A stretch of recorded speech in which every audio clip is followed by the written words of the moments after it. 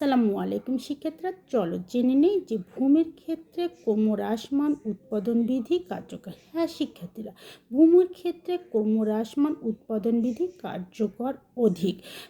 ক্রমহ্রাসমান উৎপাদন বিধি কাকে বলে? ক্রমহ্রাসমান উৎপাদন বিধি বলে তাকে যে একই পরিমাণ জমিতে পূর্বের সমান বীজ, সার, কীটনাশক এবং শ্রম বিনিয়োগ করার পরেও দেখা যায় যে পূর্বের তুলনায় আস্তে আস্তে উৎপাদন ক্ষমতা কমে আসে। উৎপাদন ক্ষমতা এই কমে আসার হারকে কী বলা হয়?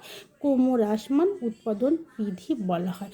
অর্থাৎ পূর্বে যে পরিমাণ উৎপাদন হতো ওই পরিমাণ সার, বীজ, কীটনাশক দেওয়ার পরেও পরের উৎপাদন আস্তে আস্তে কমে আসে। ধরে নেওয়া যাক যে আমার 1 খণ্ড জমি আছে, সেই 1 খণ্ড জমিতে পূর্বে একই রকম সার, কীটনাশক, শ্রম এবং মূলধন বিনিয়োগ করার পরে যে পরিমাণ ধান উৎপাদন হতো, ধরো 15 মণ ধান উৎপাদন হতো, পরে আস্তে আস্তে 10 বছর পরে ওই একই পরিমাণ জমিতে সার, বীজ, কীটনাশক পূর্বের সমান ব্যবহার করার পরেও দেখা যাচ্ছে যে পূর্বের সমান আর ধান উৎপাদন হচ্ছে না। এটাই হচ্ছে ক্রমহ্রাসমান উৎপাদন বিধি। তো শিক্ষার্থীরা, আজ এ পর্যন্ত। আল্লাহ হাফেজ।